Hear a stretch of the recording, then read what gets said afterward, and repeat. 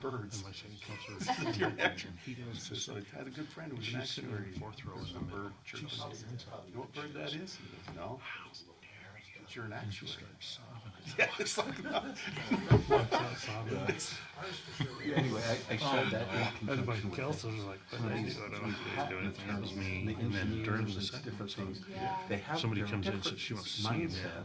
So I get up that, and I you know, had a piece of they- paper that this occurs around, so I gave it to my counselor. I mean, you can do Walking out. really, And she Yeah. just where you- in the If they foyer can figure that just, out, you yeah. can do a that's me. deep dive Just into total some of these sobbing. issues that need to be researched. If I can get you kicked And out of present business it today, and I write it. will. And I'm just like, people have no idea. Yeah, I'm hoping it's gonna, I think we're gonna offer it to him since he said he So wants to from take a pay cut The middle anyway. of the second And it's song, like, and when I went back okay, in and after she so was he done says yelling he'll at me, just drive every Sunday my night. counselor He'll was just finishing drive his to work testimony. in Utah. The And then on entire Fridays, he'll cycle. drive The back to leaf is- Colorado. All right. Crazy. Got that camera going? Okay. All right, let's get it rolling. All right. We'd like to call to order our Riverdale City Council meeting for Tuesday, December 16th, 2025. Let the record show all members of the City Council are present, with the exception of Councilor Hawes, who's excused tonight. We also have members of the city staff with us tonight.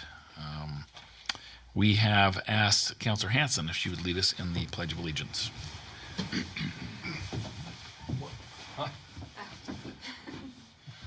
I pledge allegiance to the flag of the United States of America and to the republic for which it stands, one nation under God, indivisible, with liberty and justice for all. Thank you, Councilor Hanson. And I have asked Councilor Arnold if he would offer our invocation.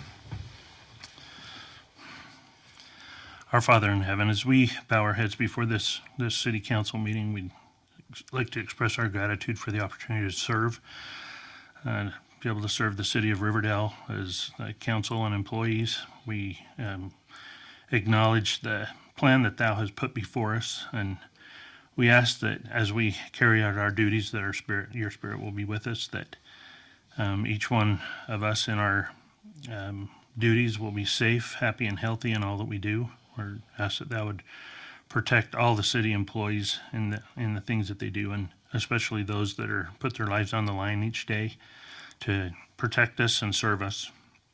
I'm grateful for the opportunities that we have within Riverdale, the structure, the community, and hopefully we can make it so that it would be pleasing unto Thee. We're grateful for our families that do without us as we do our duties here, and ask that You protect them and touch their hearts, that they know of our love for them, and that they see the importance of what we do and know that we love Thee. And I say these things in the name of Jesus Christ. Amen. Amen. Thank you, Councilor Arnold. Okay, we don't have any members of the public here. Do any of the employees want to get up during public comment? Yeah, Chief Warren.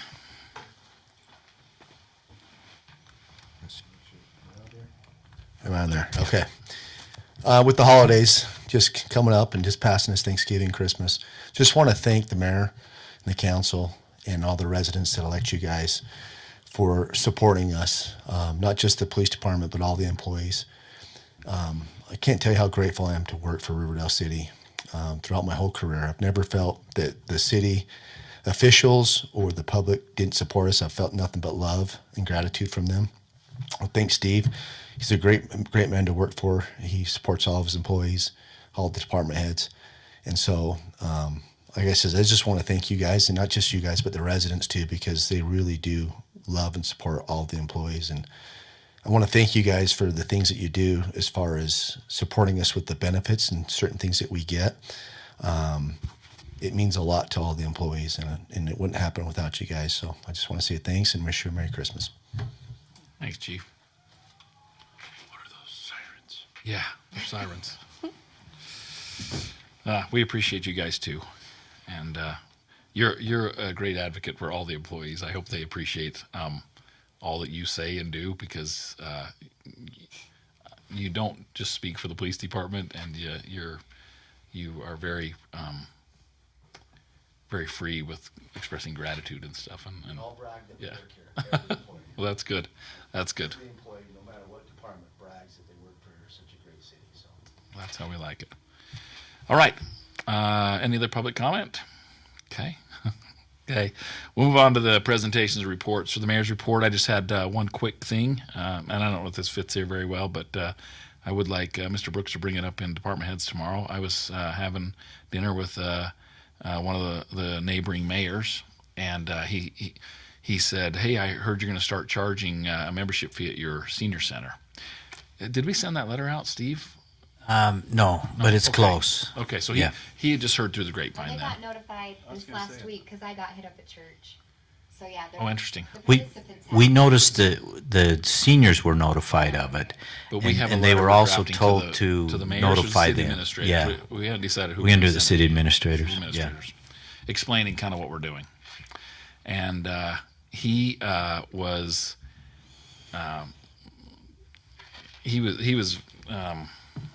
I don't know. He wasn't really upset by it. He said that he was a little bit surprised, and he said that his residents had already been reaching out to him because they love coming to Riverdale. And he was surprised at how many of his residents do come to Riverdale. So I had to kind of explain it to him, and it's just a small difference. It's not a huge difference in the resident and non-resident fee. And I said one of the cool things we're going to do is we're going to offer to allow the other cities to kind of make up that difference. And he was like, "Well, we're already sending $4,000 to Roy," and he said, "Our people don't even like to go there." And he was kind of. I'll just leave it at that, actually. But he seemed like he would be very open to the idea of I mean, it will be nowhere near $4,000. I don't think. No, we don't charge that much difference. It's not going to be that much. not. And he felt like it would probably be a heck of a deal to be able to get his residents here. And his wife was asking me why our food is so good and how we supply, like, how do we have such good meals there and stuff. I said, well, we have a kitchen and cooks that cook the food, and it's amazing. And anyway, it's going to cause a pretty big deal in the whole county, I think. And so it was kind of exciting. Like, it was exactly what I wanted. Can you tell us what the letter's gonna tell them? just putting them on notice that we've been placed in this position where we're going to have to start charging more because we can't keep carrying these costs as Riverdale residents, and he's actually going to factor in. He'll tell them how many are consistently coming from those cities too, so they'll have an idea, and it's Just not kind going of to be say very we're much. more than happy to allow you to just pay the difference so they can get the resident rate, you know. Yeah, He doesn't say this, but it's kind of like we do with the Roy Complex. And yeah, I think it's a great program, and I think it might work. And anyway, it was just very positive, the whole interaction with him. I was like, wow, this is like, we haven't even sent the letters. I didn't think we had, and it's already kind of starting. So who knows? Maybe it will. Are they doing the discounted rate in January? Is that what? yes, Okay. that's why we wanted to get this letter out, because we were going to start it in January. So Yeah, anyway, it was kind of exciting. So hopefully that moves forward, and hopefully it gets the attention of the county and the other cities, and it just makes our senior center even that much more successful. And I can just echo that. I was at the holiday dinner. Yeah. that They served, and everybody seemed very positive about it. Yeah. I mean, after the initial, oh, what's happening? Yeah, everybody from the residents and those that use the facility, seemed. Yeah. I didn't hear any negative comments. Yeah. So. He did tell me one other funny story. He has a little lady that's a little old lady out there, and she is just tiny. She's under 100 pounds. And she was frustrated with our senior center because she wanted to buy 2 meals because the one meal's not big enough, and they wouldn't sell her 2 meals for $4, each. Like, they're like, no, you can only buy one. And but he's like, I don't know where she would even put it because she's so small, but I guess it's 1 meal. She said it's not enough food, but it was just funny. So, okay, we'll move on to city administration report. Mr. Brooks. thank you, Mayor. I got to get my stuff here. Department reports are in your packet. Anybody have any questions on any of those? We've got a couple of them here. And if we don't have any, I would draw your attention again. I do this every month, but once again, the sales tax numbers are still coming in positive, and we haven't gotten Trader Joe's yet. Really, the best ones are going to be February, March is the ones we really want to see, because that'll show us the Christmas, and we don't know how much impact the 4400 is going to have on us. Plus, we got Trader Joe's will be popping in pretty soon. We're still probably a month out from seeing that, aren't we? So that we haven't had it, but overall, we're still above what we've been for quite a while. So that's a good sign if it just continues. So That's always my first favorite one that I turn to there. Nothing else on the reports then. Our anniversaries. Our fire chief, Mr. Hennessy, showed up tonight. 20 years tonight. So, Matt, congratulations to you. I didn't get a certificate. It's right here. You got it? There we go. I had signed it. I knew I signed it at some point. I knew I'd signed it, but I didn't know what had happened to Yeah. it after that. So, Matt, if you want to come up, we'll have the mayor give you that. And 20 years, long time, my friend. It is pretty cool. Like I've known Chief Hennessy. Like he wasn't even a captain when I knew him. I guess this is one of the guys that I've kind of seen come up all the way through. And so let's get a picture here, I guess. Okay. Anyway, but he's just risen through the ranks, and it's kind of interesting how that happens. You know, they do rise. People always kind of rise, and it's been cool to see him become the chief and stuff. And he's got 20 years in, and we hope to just keep you around. So anyway, do you want to say a few words? Yeah, we'll like to hear from you. Thank you. 20 years. It's kind of gone by quick. So it's amazing how quick that goes. But like the mayor was saying, I've kind of went through the ranks at Riverdale. I started my career here. I did have a little stint where I went to work for Ogden City and Weber Fire as well. But I've been here at least at a part-time capacity for 20 years. And so it's been quite the adventure watching the growth of the city and the growth of the organizations and how the challenges and unique challenges that Riverdale brings and how each organization, whether it be the fire, the public works, the police department, the business admin side, how they're all adapting to meet these challenges and kind of be proactive about it. And I think that's one thing that's, I can really say about the city is just the teamwork and the proactive is, we're always trying to get ahead of these things and it just really has a good team atmosphere here. And I was just talking to Chief Warren about that just a minute ago, and I echo what he was relaying and appreciate the support and everything. And we've got a good thing over at the fire department, and we've got a good thing with all the city employees, and appreciate it. And 20 years has flown by, and I still enjoy showing up every day to work, and I continue to plan on that. So thank you guys. Thank you. I came up about that same time, just a little bit ahead of Matt. So it's been kind of my climb as well. So it's been fun. I get the chance to meet with these guys a lot of times. Had one with him just this week, and it's just nice. It's just refreshing, and it's been a good. Everything about that's good. Just to tell you a quick story, the day of the bunt opening, the Nothing But Bunts thing, they had put it on their calendar, but they scheduled it for 4:30, and it was actually at 4. And so all these fire guys come rushing in at 4:30, and I'm standing there with Commissioner Harvey. His niece is the one who's managing the place, and everybody's gone by then. They come busting in there, looking around like, what do we do? Because we try to encourage them to come, both police and fire. You guys have all been to grand openings and stuff. And I said, sorry, it's over. They kind of left, and the lady felt so bad. She got one of their great big bunts and said, hey, will you take this up to them? So they got blessed anyway, so I'm sure they enjoyed that. It was good. But It didn't last long. No. But we do appreciate them. And Oh, sorry. Can I just interject? Both departments respond to community outreach at the elementary school, and it's and both are willing to, as long as they're not on call. But in this case, it's the checker chesters. You've done that, Yeah. and they go and participate, and it's appreciated. every one of those grand openings are blown away when they see our people show up in the numbers they do, and police and fire and stuff. It's just impressive, and it's cool. The bunt one, there's no room in there. It's a tiny, tiny place. The mayor and I are back by the door. We got muscled out again by the spikers. And so we don't even get me going on that one. But so they did give the mayor 2 seconds to say something, which is what they don't normally do. But we didn't have room for him is what I'm trying to say. So I'm almost glad they didn't show up, because there was another 4 or 6 guys there. So they wouldn't have fit in there anyway. But no, it does look impressive when those guys show up. So thanks, Matt. We appreciate that. Our staffing authorization, again, I reported on this last month, and Officer Ebert now is on board, right? Starts his FTO here next week, I believe. I saw him earlier this week when he came in and signed all of his paperwork and stuff. He looks Ebert? nothing. What's that? Like his our son? Ebert? He's related to James Ebert, and he did not get his size from James Ebert. He's very big, like he's a massive guy. And I said, "You didn't get this from your dad?" And he just kind of laughed and he said, "Thank goodness." So, but he seems like a good person.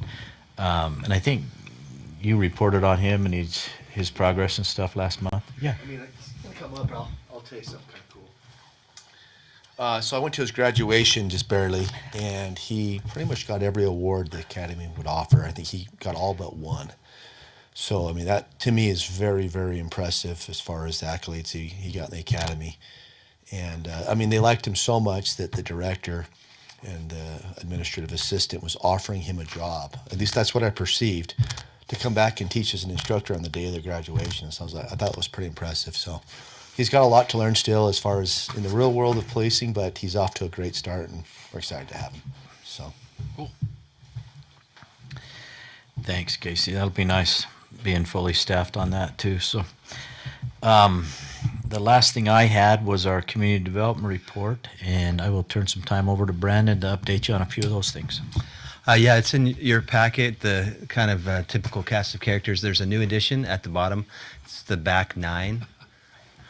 That's a indoor golf simulator over by where Adrenaline Sports used to be on Freeway Park Drive. So that's actually open now. So we're coordinating ribbon cutting for them. So stay tuned on that, hopefully in January. There's a lot of things going on, actually. I can't share everything because I don't share until it's actually a submission to the city where it's public knowledge.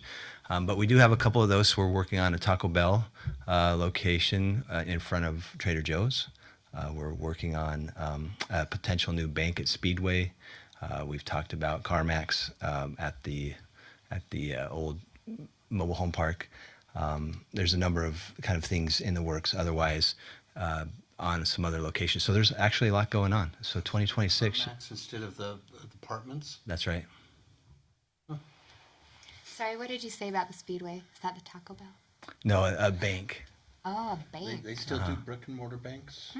Apparently, I've never been into one. There's another bank going in the Harmon's parking lot in Roy. That's a bank going in there too. Yeah. So they're So, all of those things are not fully baked, but they're public knowledge because we've received a submittal. So I thought I'd share that. That's it. Yeah, I've been busy. Yeah, I think next year will be pretty good. Is that going to be on both sides of the street? Taking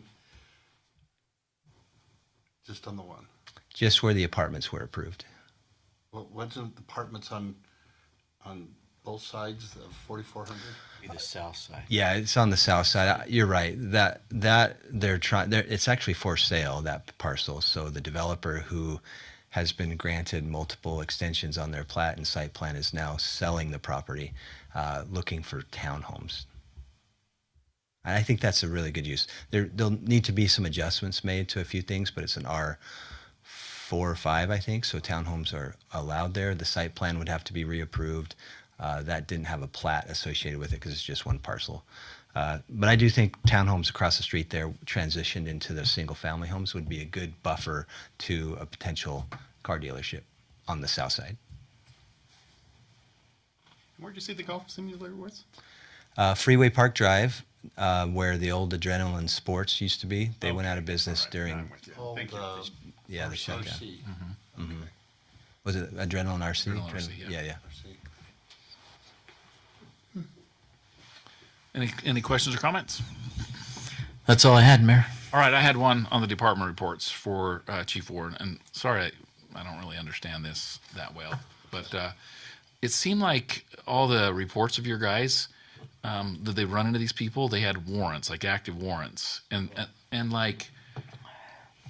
so that means they're like supposed to be arrested, or can you explain that to me just a little bit? And do we have a problem with people all over our streets that have warrants for their arrest?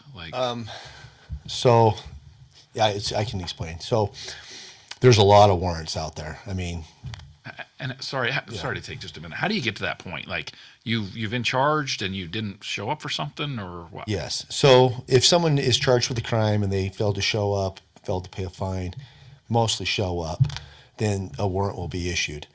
Throughout my career, we used to actually have a stack of warrants. We probably have a stack of them through our courts, actually, probably hundreds. They're outstanding warrants. They're everywhere, Ogden City, you name it. And so historically, when I was coming up through the ranks, we would actually go out and proactively serve these warrants. Well, we do have a group of newer officers that actually proactively go out and serve warrants. And so you're seeing more warrant arrests recently because we have a couple newer guys that are out proactively looking to serve those arrest warrants. So sometimes it's through our things they find in our justice court. So they'll go knock on a door and see if they're home, and if they are, they'll either make arrangements for them to take care of it or take them to jail. A lot of times, it may be just contacting people that are out loitering, walking the streets. They'll do a level 1 contact, get their information, see what they're up to, go back to their car, check them for warrants, and if they have a warrant, then they'll take them into custody. And it felt like most of his reports weren't us proactively doing it. It was like we pulled this guy over, or he was acting crazy, or he was doing this, and we checked and he had warrants. And it makes me feel a little bit uneasy that, like, I mean, people speed and we pull them over, or people break the law and you guys do what you do. Yeah. But these are like active criminals. Like, they've already been arrested, they've already broken the law, and they're like basically fleeing from the law, and we're running into them while we're like knocking on doors, or they're in the wherever you guys run into them, and it seems like everybody had a warrant. They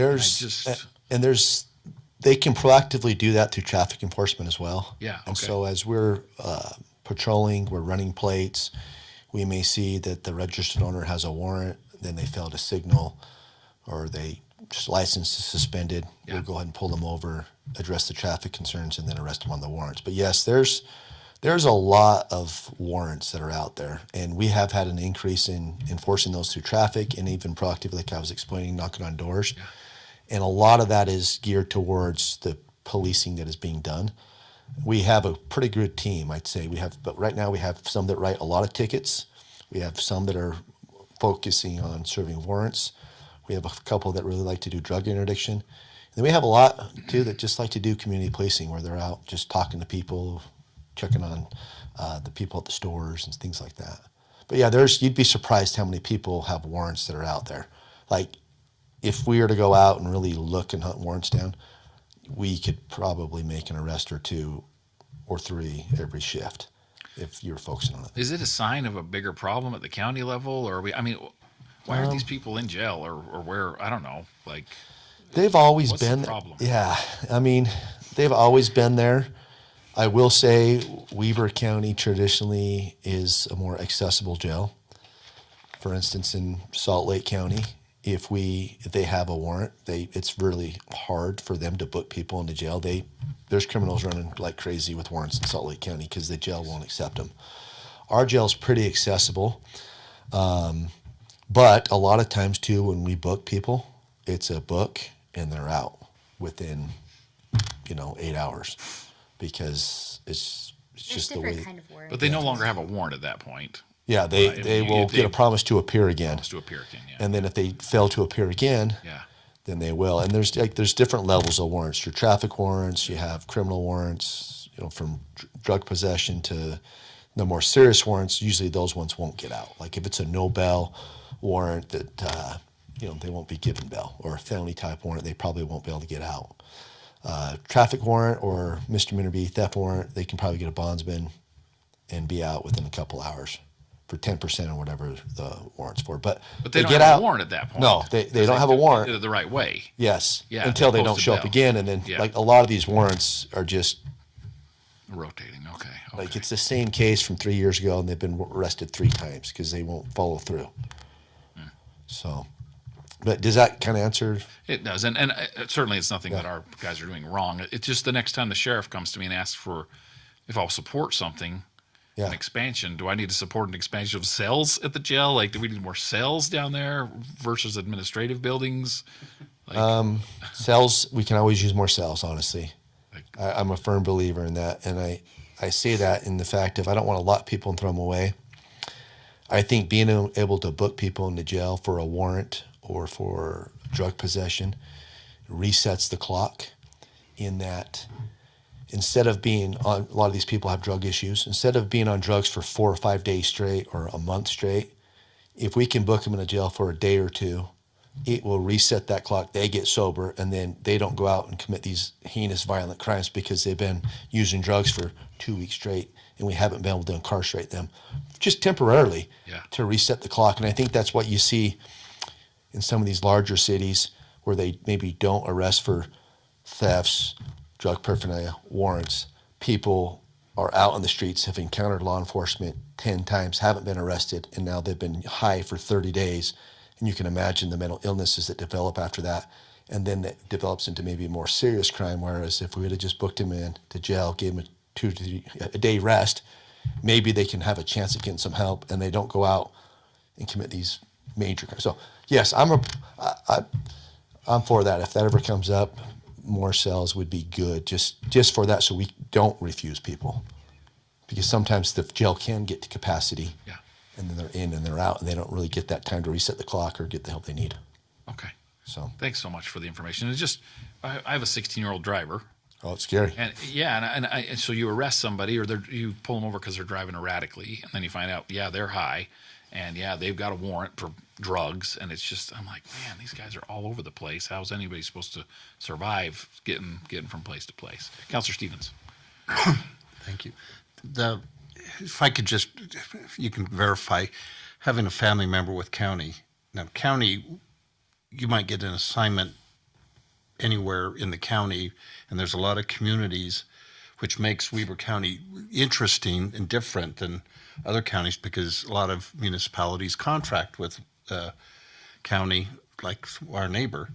Now, one of the things, if they're going into an officer being assigned over here, not really acclimated to that area, is they will look at warrants and start going, and especially where you have a lot of rentals, there's going to be last known address, and they'll go, knock on doors and different things. And so that is, I don't want to say it's a time filler. It really gives you a feel of the land, and where issues might accumulate, and you can mitigate those issues very quickly in those areas. I don't know if that's a correct assessment, but yeah, I think that's fair. Especially like here, the benefit we have is we know our residents. There's individuals that I've worked with over 20 years, and we're on a first name basis, and we know right where they're at, and we know right when they're falling off the wagon, if you will, to where we can try to intervene. And I think with the county, they're sometimes coming to new areas, and they have to maybe look at the warrants list, see who's in their area. We kind of do the same thing here. We have to kind of train the new officers that come in and say, look, here's some of the areas that have some issues here. Here's this individual. Right now they're doing great. If they're not doing great, then we'll have problems, stuff like that. But there's definitely a lot of warrants that are out there. And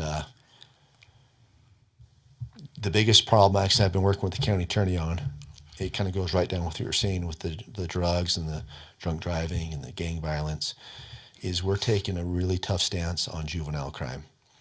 And we're going to work with Weber County Attorney's Office. So we've had some violent crime with juveniles here. And if we have that, we're going after everybody. If you're an adult and you're a gang shot caller and you have ties to these juveniles and you're facilitating them doing these crimes, we're coming after you. If you're a parent and you know that your child's out engaging in this crime and you're facilitating it, we're coming after you.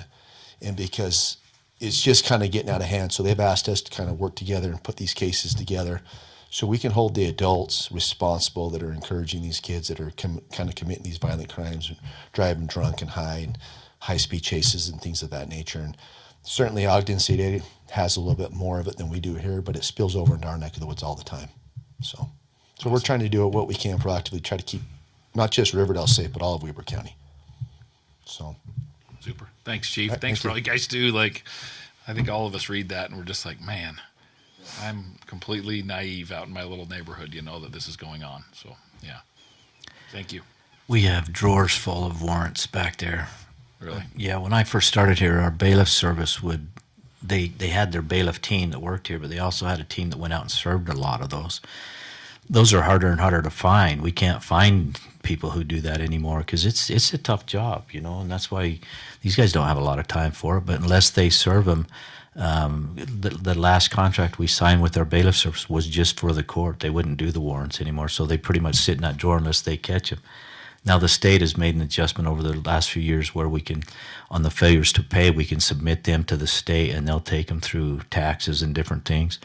So that's been nice because we recover a lot of those, and once we get the money, we don't really care, and we'll dismiss them a lot of times. But if it's not a failure to pay, it's going to stay out there until these guys pick them up, which sometimes can be good too, because like Chief Warren was saying, it gives them a reason to pull them over besides just a little traffic offense or something. So, yeah, but it comes down to money. It's expensive to pay somebody to go out and do that. Okay. Any questions? All right. Thanks, you guys. Let's move on to the consent items. Number 1, consideration to approve the meeting minutes from the November 18th, 2025 council work session and council meeting. Any changes or corrections to those meeting minutes? Seeing none, we would need a motion to approve that. So moved. We have a motion to approve consent item number 1. Do we have a second? Second? Motion and a second. Any discussion on that motion? All in favor say yes. Yes. Any opposed? All right. You keeping up with the Shaylee? Yes, sir. Okay, good. We'll move on to number 2, consideration to approve the 2026 City Council meeting schedule. Mr. Brooks, do you have anything on this one? Nothing new other than we're required to do this every year, part of our public notice that we have to give, and so it's one we do every December. We will be starting our meetings at 6 p.m., Councilor Hanson, just so you know, going forward. And so, any questions? Why are you picking on her? Well, she wasn't here. I'm just kidding. Yeah. I didn't That'll be wait good. till 6. No, that'll be good for you. No, she didn't hear the first discussion. Okay, any questions or comments on that, Councilor Richter? November 3rd, Election Day? It wouldn't be next year, is it? Yeah, that's an even year. Maybe. We Yeah, there will be an typically election. Adjust it, set it back. I know we typically move it. I'm just wondering if it's appropriate we address it now or if it's okay. I'm okay either way. Yeah, let's just take it off the Oh, schedule. it is? I mean, I'd just leave it on there because that's how we've noticed it. If we need to change it, we always can. So, but we give the public notice on this. So, Okay. or we can always cancel it too. That's another option to us. So, All right. Any other questions or comments? Seeing none, we would need a motion to approve consent item number 2. Councilor Arnold. Move to approve the 2026 City Council meeting schedule as stated within the packet. Okay, we have a motion. Do we have a second? Second. Motion and a second. Any discussion on that motion? All in favor say yes. Yes. Any opposed? Okay, that passes unanimously. The third one is consideration to appoint Braden Mitchell to the Central Weber Sewer Improvement Board. This happens every 4 years. I've enjoyed serving on there and would appreciate being appointed again. Any questions? Councilor Stevens. Okay, you're on a number of boards. Aren't you on a, I'm on the CTC, Key Leader Board. and WACOG is that? WACOG, yeah. And do all those require the same? No, I don't think so. I think just as sewer board does. Does mosquito abatement require us to reappoint you? Yes, and that's why if you want someone else, that's fine. Yeah. But my appointment is done from 4 years ago, and if I'm happy to do it, or if somebody else, that's fine. And I don't know if you need to be reappointed. This one had to be reappointed. Oh. Yeah, they gave me a letter, said we need you reappointed. Oh, okay. Yeah. They just told me You're your on. appointment from 4 years ago is good to will go. expire. Okay. It doesn't expire. It will expire for me because I was appointed 4 years ago. Oh, okay. And so, but I don't recall this happening in meeting. You just blessed it off. No, I think we did mosquito abatement. Yeah, actually, I Did think we we? might have Okay. too. Yeah, I think Yeah. we did. Yeah. Okay, and then I stand corrected. Yeah.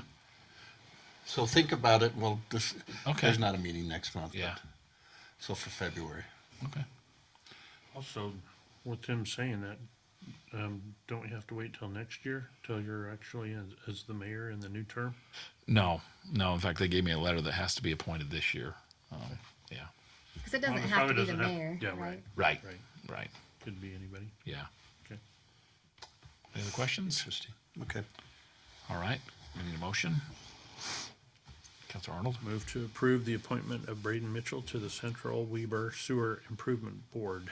okay. Have a motion, do we have a second? Second. Motion and a second. Any discussion on that motion? All in favor say yes. Yes. Any opposed? All right, that passes unanimously. Thank you. We'll move on to action items number 1, consideration of ordinance 988, adopting the Riverdale City Data Privacy Plan policy. Mr. Brooks. Thank you, Mayor. I won't go into a whole lot more detail than what I did in the previous meeting. Annie knows about this, so this is not anything new to her. This is a mandate from the state. Any state entity, whether it's counties, cities, whatever, will now be required to implement a data privacy policy. We didn't have to go to this extent, but I just thought it's kind of stupid if we're jumping through all these hoops. The reason why they're doing this is because they were getting a lot of pushback from at least cities I know of. A lot of the conferences I was in, I'm sure the counties are the same way. Nobody got it done when they told them to do it the first time. And so they keep resetting the deadlines and all that kind of stuff. But we had to do something before the end of this year. And so when Michelle and I sat down and got looking at this and we found a city who had passed one and the state had signed off on it, we thought, well, let's just go that same route. It's going to be the same thing. So we tweaked it to meet our needs. And so this is it. I would guess we'll tweak this along the way, but I think it's a good start. If nothing else, rather than going through all the little short hoops and stuff, we just cut it all out. And this is our ordinance. This is where we were going to get at the end anyway. So what this does is just obligates the city to protect privacy. And, you know, we're pretty good at that anyway. But this is just for everybody. There's a lot of cities, surprisingly, who have nothing in place. And so, like when people come in and do those First Amendment audits and stuff, those can be a little bit scary when you have no privacy issues or rules in place and whatever it is. I mean, it's the right thing to do, especially in the electronic world that we live in. We got to be more careful and mindful of all the things that we do. And we have access to a lot of information on people. And so we've got to protect that and be careful with it. So that's what this does. Any questions on it? In answer to your question, Mike, that you brought up in a pre-meeting, the number 988 on the agenda is incorrect. The one that's on the actual ordinance is correct, 998.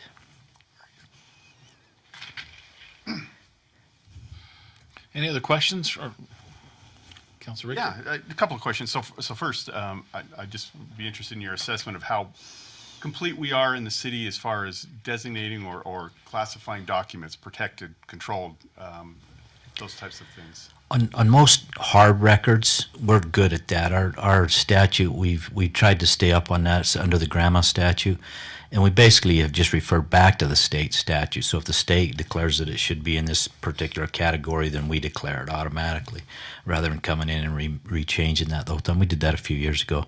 So in that regards, we're pretty solid. And even in our electronic stuff, you know, Cody and Angel have really been working as hard, especially this last year, because they knew this was coming. And so a lot of those things that we had to implement, getting it onto our website and all that kind of stuff, are already, if they're not in place, they're really close. So we're in pretty good shape overall. Good. That's a good segue, because that would be my next question. Is it seems like there's some added compliance here for the websites. And Yeah, especially on the electronics. That's the biggest thing, because it's new to a lot of people. And there's things we deal with now that we didn't used to deal with. So this is all new. And we're in good shape to implement those now. Yep. Without any problem. Yeah, we're in pretty good shape. So And I think the last thing I had, I am somewhat concerned about Section 15 on there, which talks about some the requirements, especially for council records and things like that, where it seemed to indicate some additional barriers over and above what state law would normally require under grandma. In other words, I think it talks about city attorney consent and things like that in order to grant access to that, and that seems like a barrier higher than what grandma would normally require. I don't think it's a whole lot higher. I think it's really close to the same. I mean, and that's what a lot of people don't understand is a lot of things are accessible. If you create a record, the state says that record is available to the public unless you state otherwise, and you have to give a reason why. And so that's how the whole ordinance is. And so when I caution you guys, you know, about using your phone and texting people and stuff like that, that caution, I mean, we used to talk about it more, that's never going to happen. Now it's happening. And so be careful when you're using your phones or you're sending texts and stuff like that, because it's a record. And you know, the last thing I want to do is go through your phone looking for messages that I got to disclose in a records request. So I don't think it's anything new. It's always been there. It's just we're seeing it more and more. And as we use our phones more and our computers and our texts and all that kind of stuff, it's just become way more common. So I'm absolutely comfortable with us saying that these records are going to be governed under GRAMA and the associated statute, and that as a council, we would have an obligation to maintain that privacy strictly. But I do have some concerns about saying things like these detailed records shall not be accessible without documented justification and consensus of the city attorney. That seems over and above. Well, I think it's just because the attorney's got to make that judgment. Is this something that's open or it's not? And some things could be, and they might not be. If the record's properly classified, then it's handled appropriately under GRAMA. Right. We don't need an additional consensus. That's true. It's just the attorney's going to try and keep us out of court if we didn't give it up or did give it up when we shouldn't have. The other way. That's the whole reason why we would have the attorney look at it. Okay. I'm still not comfortable Yeah. with that language. Yeah, so let's just be a little more clear about. My suggestion, and again, it's just a suggestion here, would be to simply on section 15, I'd strike section 15 altogether and just say that something more to the effect that these are governed by Government Records Management Act, and that elected official city council it's incumbent upon them to maintain strict confidentiality in accordance with state statute, something along those lines, and not have additional language. That'd be my suggestion. I don't have a problem with that, and we can play with that. What I would suggest is that we just leave that part. If you want that stricken, let's just strike that section of it, and then we can still bring that back. Like I said, I just had to do something. So even if we cut that section out, I'm still fine with that. I don't care, and I'd be comfortable with that. We can tweak it a little bit more. Thank you. Okay. Any other questions or comments?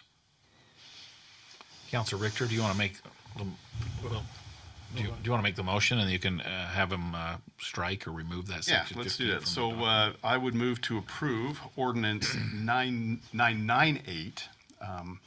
That's different than what's in the agenda. So ordinance 998, with the exception of striking section 15, and move to approve. Okay, we have a motion. Do we have a second? Second. Motion and a second. Any discussion on that motion? Shaylee, will you please poll the council? Councilmember Hanson, Yes. Councilmember Richter, Yes. Councilmember Stevens, Yes. Councilmember Arnold. Yes. All right, great. That passes unanimously, and we'll just have you bring that back. Yeah. And we'll Yep. We'll bring it back. have that little bit of an internal records access on that. Okay, moving on to upcoming events. We already discussed these. They're all there on the agenda for you. And we'll move down to comments. Any comments from the city council for this meeting? Seeing none, we'll move on to city staff. Any comments from the city staff? The only thing I might talk about just briefly, and it kind of goes back into the upcoming events, not that you guys are part of this, but a couple years ago here at the city, rather than us exchange gifts, we decided to go a different route, and now we kind of consolidate that and try to help out a family and stuff. We got a family, came from through the police department with some of their involvement with the family that they gave to us, and it's just kind of touching. You know, when these guys talk about the good people that work here, if you go up in our break room right now and take a look at that room, what this family's going to receive tomorrow, you'll be shocked. And Santa Claus is going to need a couple of trucks, just so you know. So it'll be kind of cool, but it's just neat to see how our people here in this building gel together and with our police department stuff. And these little kids are going to be really blessed. So my hat's off to them too. They did a good job. So it's pretty cool. It'll be fun. Thanks. Councilor Arnold? One comment with that. So we've done some for Santa for a couple.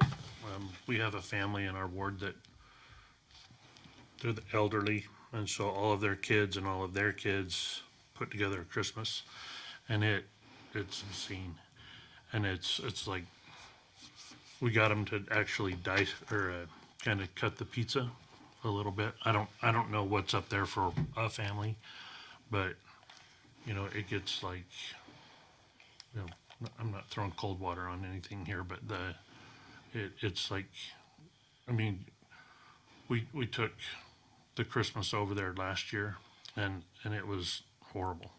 Just, I mean, it was wonderful for the family, but it was obscene.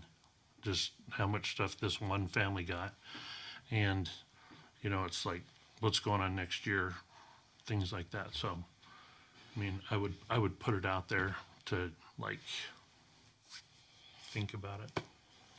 Not even as a council. I mean, it's just like when you go in and Santa dumps all this stuff on them, and it's crazy wonderful. And then what about the next year and the next year and the other family next door?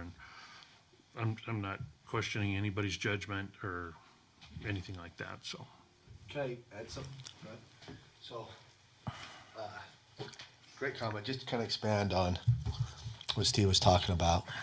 So, kind of our mission this year is we've really focused on victims of crime for the families we're going to help. And so, these guys are going to be helping one of our victims of a homicide that recently happened through the city staff. And then, you know, we've got multiple ranging from sex offense, sex victims, homicides. I mean, it's the worst of the worst of the worst. Some of these families that you're familiar with too, we do shop with a cop and different things. And it's our mission, and it has been with some of these victims of serious crime, to try to do something for them for Christmas every year so they don't feel forgotten, and that we can keep that bridge with them. Matter of fact, we just delivered to a family just before we came here. And it's part of why I was really humbled to be here, because we have a great city. We got great staff, and they all do amazing things and put the community before themselves. And anyways, Shaylee, she organized all this stuff in the police department, so I'll recognize her. She did a lot of good work on getting all this stuff together. And tomorrow's going to be a good special day. We're going to try to get as many of the city employees as we can in police cars and deliver. And I think this is, I hope, a tradition we can carry on, at least with these families that really need it every year. So at least as long as I'm here. So there's an S on there when you say families. Yes, yeah, Okay. that's Then the I withdraw. I withdraw. Oh my God. They've got the one. They've got a family, and but we probably got, how many families was it? We're doing 4, and we did this through our association. Some from the police department. They did it from contributions from all the city staff. They've pulled together and divided and conquered out of their own funds, which is pretty amazing. We did get a really good donation. They'll probably kill me if I said their name in here, to our association, so we can do a little bit more this year, but it's something we want to continue doing, and we've done in the past. But hats off to these guys for, they come up with the idea as far as wanting us to give them a name, and actually they kind of provided me with a name. I was like, that'd be awesome. So we want to continue this on every year with these families that really need it, so they know we haven't forgotten them. So anyways. Councilor Stephen. Over in the community center, a couple weeks ago, there was up on the glass. It's like an angel tree stickers. Where you take an ornament and, you know, a child 8 to 10, whatever. There was, is that separate to the community center? To this one, or Yeah, that one's really good. This is over just there. our building, so Oh. I think Rich has got something separate going on too. Oh, so, okay. Yeah.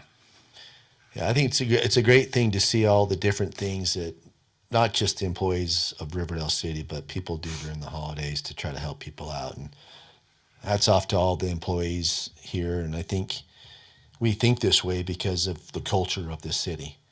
You know, it's the citizens that we represent that love us. I mean, I can't tell you all the stuff that we get from the residents on Christmas and Thanksgiving.